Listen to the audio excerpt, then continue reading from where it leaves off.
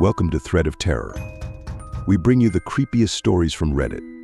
Dim the lights, grab a blanket, and hit subscribe so you never miss a scare. Story 1. Hand that woke me at midnight. When I was about 12 years old, something terrifying happened in the dead of night. I woke up suddenly, feeling a heavy hand pressing against my face. It was cold, solid, undeniably real. A shiver crawled down my spine as I lay there, paralyzed, my breath caught in my throat. I reached for the lamp beside my bed, fumbling with trembling fingers, and switched it on. The room was empty. I sat up, heart hammering, staring into the darkness. Nothing, but the sensation had been real, too real. Hours later, as I drifted back into a fragile sleep, it happened again. The weight of a hand, pressing, gripping. This time, I did not freeze. I fought back. Summoning every ounce of courage, I grabbed hold of the unseen hand before turning the light on. That was when the horror truly set in. I could not move my arm. My fingers were locked around something. I yanked, but the grip remained.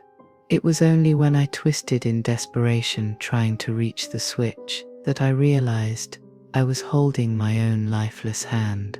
Sometime during the night, my left hand must have gone numb, flopping onto my face. In my half-conscious terror, I mistook it for something else. But not all my nightmares had explanations. One evening, I stepped into my room and saw a shadowy hand stretching toward me. My breath hitched. It was reaching, its fingers curling. I staggered back, my mind screaming to run, until I noticed the mirror. The hand was a reflection of the hallway light, distorted into something grotesque. Then, there were the spiders, giant, glistening creatures spun webs across my ceiling. I would watch in frozen horror as their legs twitched, moving unnaturally fast. Each time I screamed for help, refusing to sleep until my boyfriend searched the room. But the spiders were never there. I later learned about hypnagogic hallucinations, the mind's cruel trick in the moments between waking and dreaming. Do I believe in ghosts? Maybe, but I have seen too many of my own demons to trust the ones lurking in the dark. Story 2. The house that did not let go. I once lived in Santa Barbara, California. I had moved there for school at the University of California, Santa Barbara. But due to a series of unfortunate events, it did not work out. While there, I fell in love for the first time. She was an incredible woman, and after only 2 months of dating, we moved in together. Her house was old, a shotgun-style structure with peeling white paint, walls made of fragile plaster and lath, and vines creeping inside through every crack. One tendril had even wrapped itself around a martini glass inside a cupboard, lifting it ever so slightly off its base, as if an unseen force was cradling it. Before I moved in, she warned me, "I do not want to scare you, but my house is haunted." I laughed. I was logical, rational. I did not believe in ghosts. She and her past roommates had researched the area. It was once called the place where the white oaks grow, a burial ground. When Spanish settlers executed Native Americans, they would hang them from trees, cut the rope, and bury them where they fell. Our backyard was that very place. One night, I was sitting alone on the floor, using my computer. I reached for a cigarette, barely placing it in my mouth when something bounced off my knee. My lighter, which had been on my turntable 3 feet away, was now at my feet. Another time, while reading in bed, I heard something move beneath me. Peering over the edge, I watched in frozen horror as an empty wine bottle rolled out from underneath, then back in, then out again, as if unseen hands were playing with it. Then came the night that truly broke me. I was at my mixer, adjusting my records when something yanked the back of my shirt. Hard, the collar pressed sharply against my throat before releasing. My heart pounded as I spun around, fists raised. Nothing. I backed against the wall, breath shaky. When it happened again, a sharp tug. But this time, my back was against solid plaster. I never felt threatened, but that house shattered my understanding of reality. Some things have no explanation, and perhaps they never should. Story 3. The Ouija board knew too much. I was about 14 years old on the phone with my girlfriend one night. She was playing with a Ouija board, something I always thought was nonsense. She told me she was communicating with a spirit, a man who had died in a car accident. Sure, I said, flipping through television channels absent-mindedly. Then I heard a strange whirring sound over the phone. My girlfriend hesitated. The pointer is moving in circles really fast, she whispered. That usually means the spirit is angry. I laughed. Why would it be mad? She asked it, and the board slowly spelled out BOYFRIEND. She denied having one, but the spirit responded again, LIE. A chill ran down my spine. It seemed to know something it should not. She nervously asked how it knew. Babe, what does glow scares mean? She asked. I have no idea, I replied. At that moment, my television landed on Wheel of Fortune. The bonus round was just beginning. The letters started revealing one by one. Glow scare. I stared at the screen in frozen horror. My girlfriend lived far outside the city. Her family did not even have cable television. There was no possible way she could have known that word. That night, I tried to shake the eerie feeling and went to bed. Hours later, I rolled over, my eyes adjusting to the darkness. My closet was shut, as always. But then, I saw it. A bright yellow flashing light. On, off, on, off. I recognized it immediately. My friends and I had taken some of these flashing construction lights from roadside barricades before. The only way to turn them off was to physically remove the battery lid. Mine had been completely disconnected, sitting on a shelf.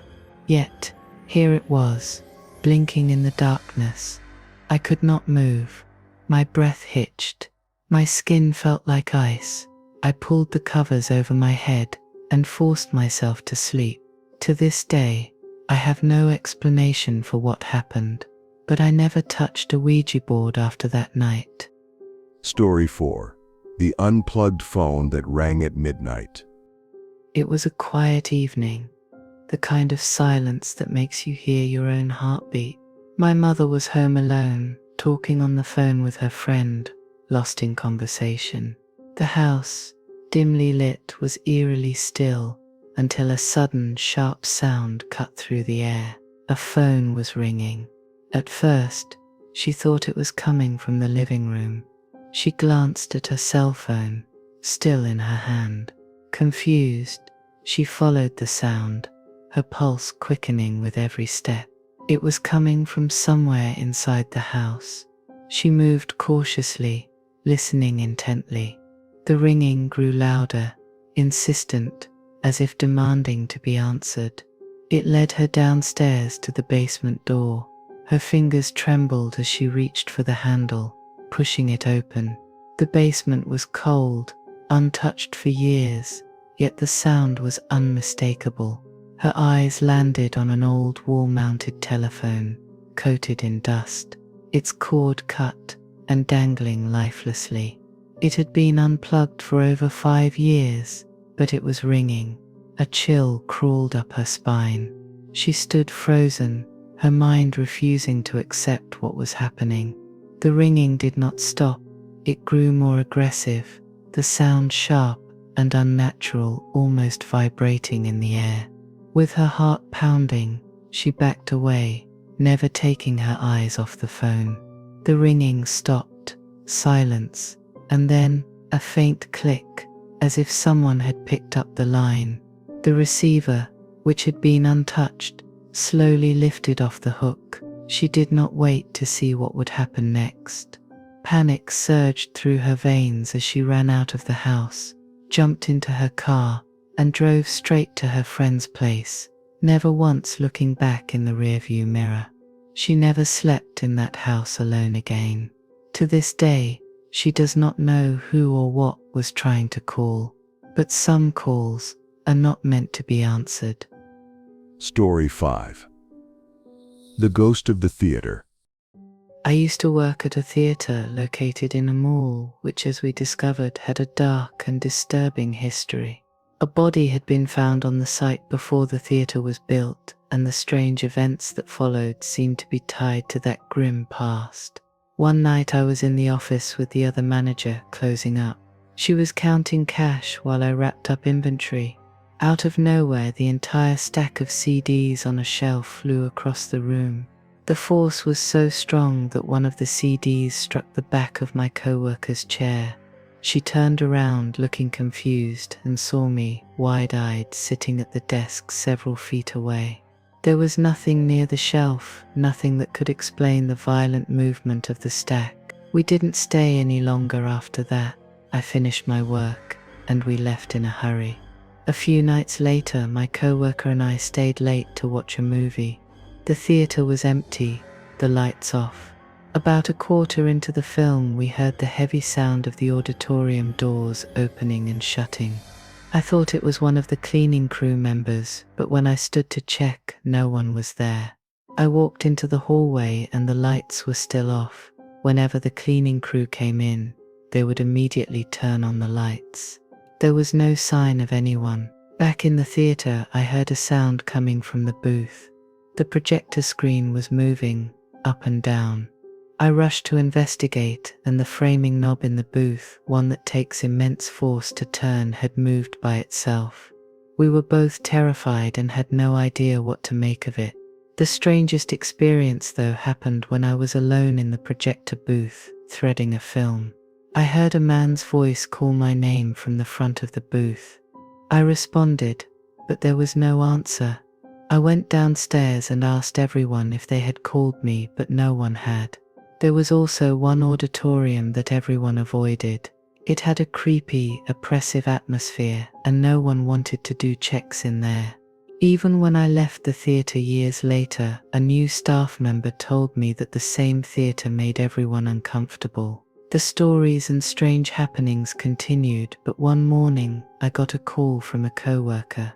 She asked me what we had done the night before, as every single tape from the CCTV system had been thrown onto the floor. The shelf where the tapes had sat was untouched. There was no explanation for how it happened. These experiences, both big and small, left me with an undeniable feeling that the theatre was haunted. I'll never forget the chilling moments I lived through at that place. Story 6. The Condo with a Dark Secret. Back in the 1980s, I worked for a woman who had been well known in the late 1970s adult film world. She had 3 cats, and whenever she was out of town, I would take care of them. Little did I know that condo of hers was hiding something much darker than I had ever expected. Every time I entered the condo, I had this overwhelming sense of unease. Strange things would happen. Drawers would open on their own, and furniture would be moved slightly, but nothing prepared me for the night in the kitchen. I was standing there, preparing food for the cats, when I suddenly felt it, a cold chill creeping up my spine, followed by the unmistakable sensation of someone standing behind me. The hair on the back of my neck stood up, and I could feel my heart pounding. The feeling was so intense that I dropped the spoon I was holding and whipped around, expecting to find someone behind me. But there was nothing. What was even stranger was that the cats, who normally would be all over me, were nowhere to be found. I stood in confusion, calling out to them, but received no response. My unease grew, and I decided to search the condo.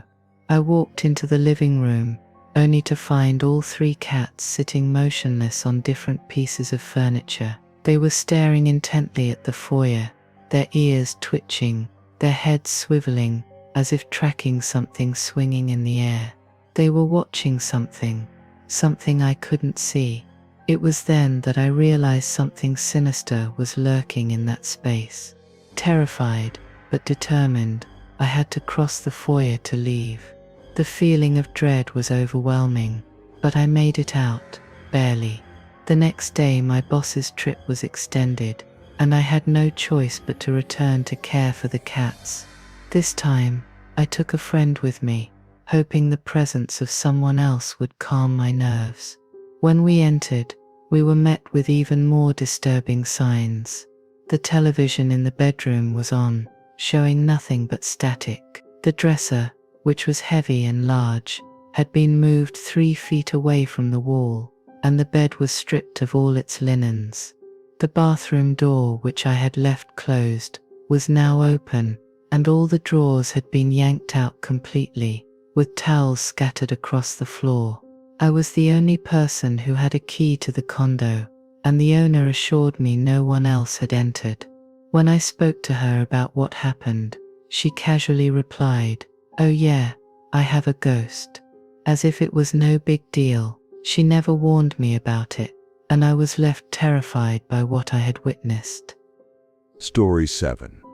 Unseen Forces in Suburbia. It was the fall of 1988, when my family moved into our brand new house in a quiet suburban subdivision bordered by farmland. The house, though newly built, already felt strange. The entire neighborhood was fresh, the grass barely cut, and the air seemed unnervingly still. One evening, I sat alone in my room doing homework while my sister, 2 years older than me, was in her room next door. My parents were downstairs. It was a typical peaceful evening around 5 p.m. The sun still shining brightly outside, no windows open, yet something felt off. Suddenly, my sister burst into my room, pale and visibly shaken. She said something terrifying had just happened in her room. I followed her in silence as she led me back to her room, but she hesitated at the doorway, refusing to step inside. She pointed to her dresser, a heavy, solid wooden piece, standing still on thick carpet, completely level, no chance of movement. But there, atop the dresser, was a can of Aquanet hairspray, an object my sister swore had moved on its own. I hesitated, still not fully grasping the situation, and picked it up. I placed it carefully, about 12 inches to the left, and stepped back, watching closely. As I did, the hairspray can began to tremble slightly, its surface vibrating. Then, as if propelled by an invisible force, it slid smoothly back to its original position, where it had been before. We both froze, staring in disbelief. My sister was trembling as I repeated the action. I moved it again, this time more forcefully, and once again, it slid back to where it had been. A wave of dread washed over me as the can came to an unsettling stop. It was as if something or someone was watching us. I tried it once more, but this time it didn't move. The air felt thicker, colder, almost suffocating. The silence in the room felt oppressive. I grabbed my sister's hand, pulling her from the room. Our hearts pounded as we rushed downstairs to tell our parents. But when we explained what had just happened, they dismissed us completely. "You're imagining things," they said. "It's just a draft," they shrugged. But I could feel it. Something in that house wasn't right, and it was only just beginning. Story 8. Ghostly dragging sound above. It was a quiet evening in our house when my parents decided to head over to the neighbors for a drink, leaving my sister and me alone. We were both teenagers at the time, content with our own activities in our rooms. My room was near the end of the hallway, while my sister's was just across from mine. Above us was the attic, which spanned the length of the house. The attic was not a place we often visited. It was where we stored our heavy suitcases, far in the back corner, away from the door so we could easily move other things in and out. The entrance to the attic was tucked behind a door in my closet, and there were 3 steep steps leading to the deadbolted door. Beyond that, the attic stretched into darkness, holding things we rarely needed to retrieve. One night, as I was reading in my room, I heard a strange dragging sound coming from above me. I initially thought it was my sister moving something around in her closet, but then, to my horror, the sound continued moving across the ceiling above me, and it was too loud to be her. I froze, listening closely, when suddenly my sister burst into my room, panic in her eyes. "Do you hear that?" she whispered. Before I could respond, there was a sudden, terrifying sound, a loud, sharp thud, as if something heavy had fallen down the attic stairs. It was followed by the unmistakable boom, boom, boom of something heavy crashing to the ground. The sound echoed through the house, as though a massive object had been tossed with great force.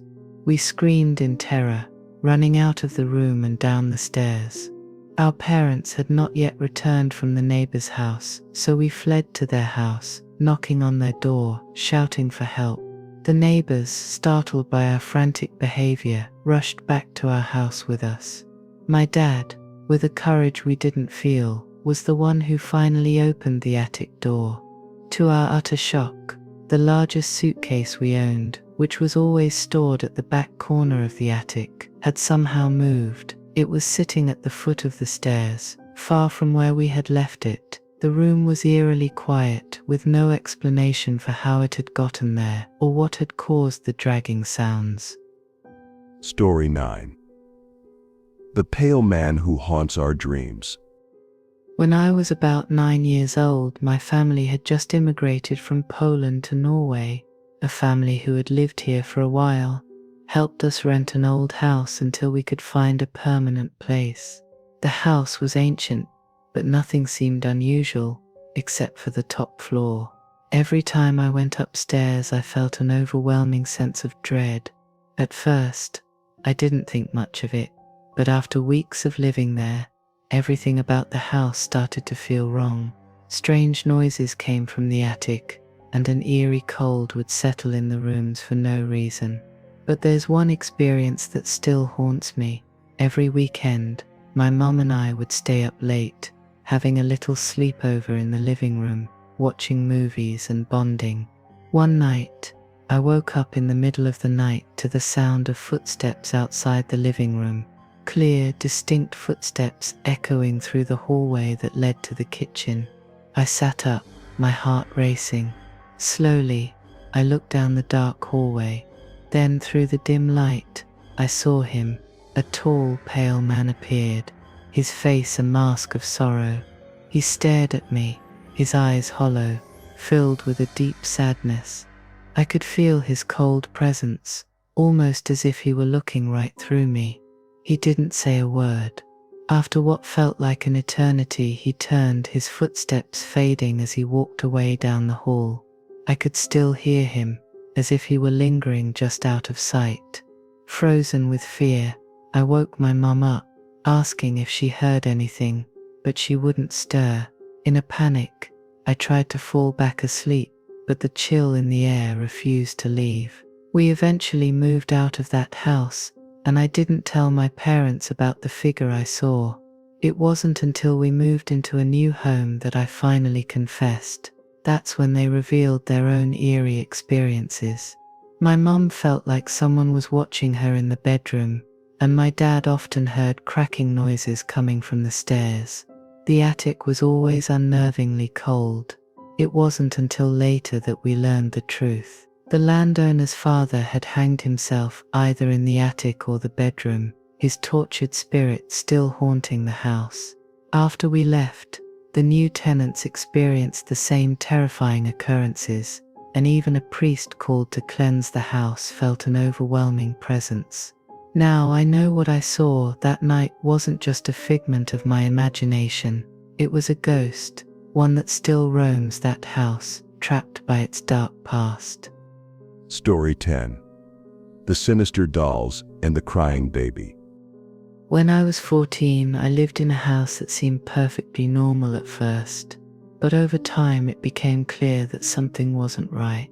One evening, my sister and I were arguing in the living room. The kitchen and living room were open and connected, so we were near the sink area.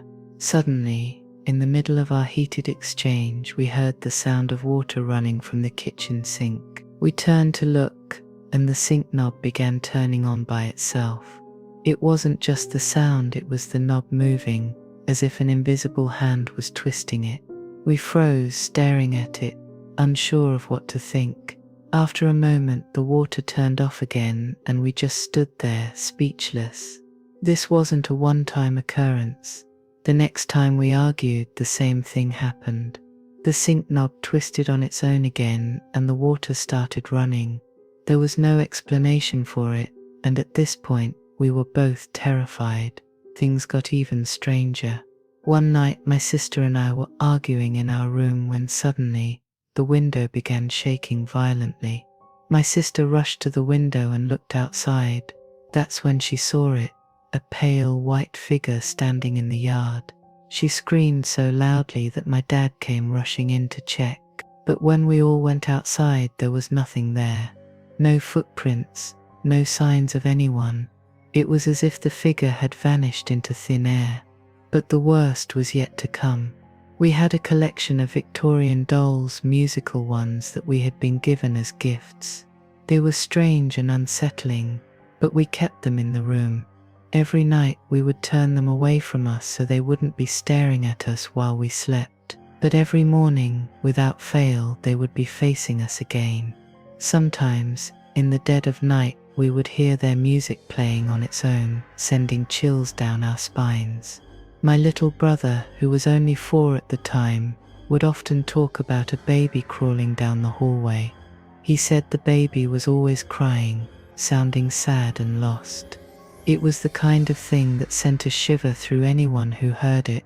There was definitely something wrong with that house, something dark and unsettling. It was as if a spirit or something worse was lurking there. After we moved out, we never experienced anything like that again. Now, I live on 20 acres next to a forest, and not once have I felt anything strange since then. But I'll never forget what happened in that house. Thanks for joining us on this terrifying adventure. If tonight's story gave you chills, let us know in the comments below, and share your own scary experiences too.